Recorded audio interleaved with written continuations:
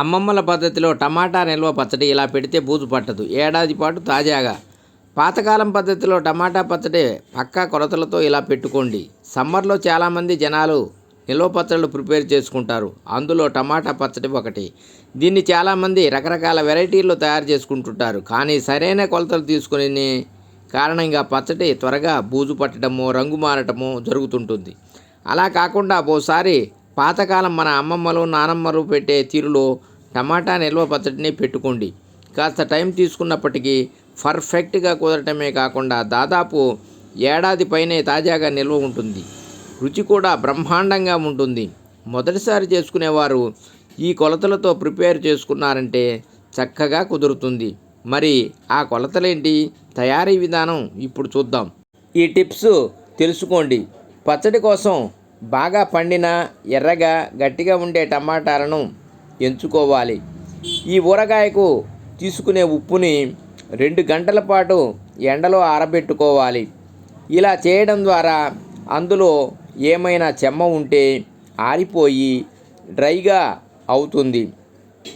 ఇక్కడ కేజీ టమాటాలకు 200 గ్రాముల ఉప్పు, కారం, చింతపండు సరిగ్గా సరిపోతుంది. అంటే కేజీ టమాటాలతో పెట్టుకునేవారు ఈ పరిమాణంలో తీసుకుంటే సరిపోతుంది.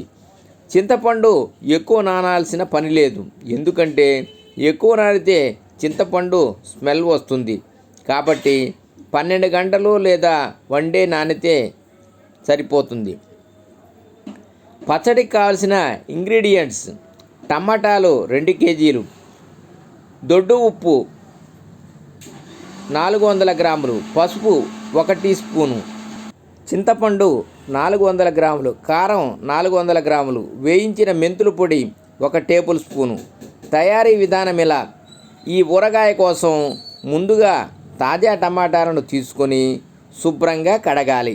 ఆ తర్వాత ఒక క్లాత్తో తుడుచుకొని ఎక్కడా తడి లేకుండా ఫ్యాన్ కింద గంట పాటు ఆరబెట్టుకోవాలి.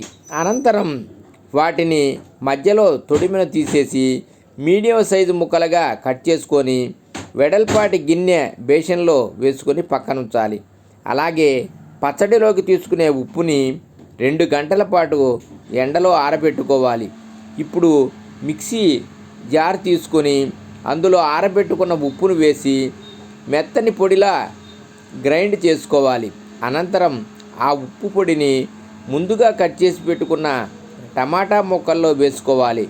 అలాగే పసుపు వేసుకొని ఆ 2 ముక్కలకు పట్టేలా చక్కగా మిక్స్ చేసుకోవాలి.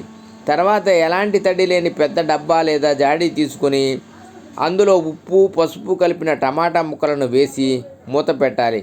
ఆపై దాన్ని తడి తగలని చోట ఉంచి 2 రోజుల పాటు ఊరనివ్వాలి. 3వ రోజు మూత తీసి చూస్తే టమాటా ముక్కలు బాగా ఊరి ఉంటాయి. అప్పుడు ఒకసారి కలిపి కొన్ని ముక్కలను చేతిలోకి తీసుకుంటూ బాగా పిండుకోవాలి. అనంతరం ఆ ముక్కలను ఏదైనా వెడల్పాటి ప్లేట్లో వేసుకొని ఎండకు 2 రోజుల పాటు బాగా ఆరబెట్టుకోవాలి. టమాటా ముక్కలు పిండుకోగా మిగిలిన రసం ఉన్న డబ్బా లేదా జార్ని మూత పెట్టి తడి తగలని చోట అలాగే ఉంచాలి. ఒకరోజు టమాటా ముక్కలు ఎండి 2వ రోజు పచ్చడి పెట్టుకున్నామనుకున్నప్పుడు చింతపండును తీసుకొని ఈనెలు గింజలు లేకుండా శుభ్రపరుచుకోవాలి. ఆ తర్వాత దాన్ని టమాటా రసం ఉన్న డబ్బాలో వేసుకొని కలిపి మూత పెట్టి 1 పూట లేదా 1 రోజు నానబెట్టుకోవాలి. ఇప్పుడు మిక్సీ జార్ తీసుకుని అందులో ఎండబెట్టుకున్న టమాటా ముక్కలు వేసుకొని గ్రైండ్ చేసుకొని పక్కన ఉంచాలి. అనంతరం టమాటా రసంలో నానబెట్టుకున్న చింతపండును తీసుకొని కలిపి గ్రైండ్ చేసుకున్న టమాటా ముక్కల పేస్ట్ని వేసుకోవాలి. అలాగే కారం, లైట్గా వేయించిన మెంతుల పొడిని కూడా వేసుకొని మొత్తం కలిసేలా బాగా కలుపుకోవాలి. అలా మిక్స్ చేసుకున్నాక మిక్స్ జార్లో ఆ మిశ్రమాన్ని కొద్ది కొద్దిగా వేసుకొని మెత్తగా గ్రైండ్ చేసుకోవాలి. ఎందుకంటే చింతపండు అలాగే వేసుకున్నాం కాబట్టి మెత్తగా గ్రైండ్ చేసుకొని ఏదైనా ఎయిర్ టైటెడ్ డబ్బా లేదా జాడీలోకి తీసుకొని నిల్వ చేసుకుంటే చాలు. అంతే, టమాటా నిల్వ పచ్చడి రెడీ అయిపోతుంది. ఇది కనీసం ఏడాది పైనే తాజాగా నిల్వ ఉంటుంది. మీకు కావలసినప్పుడు కొద్ది పరిమాణంలో తీసుకొని తాలింపు పెట్టుకొని చిన్న డబ్బాలో నిల్వ చేసుకొని సర్వ్ చేసుకుంటే చాలు. అంతే, ఎంతో రుచికరంగా ఉండే కమ్మని టమాటా పచ్చడి మీ ముందు ఉంటుంది. సర్వే జనా సుఖినో భవంతు. ఓం నమ శివాయ.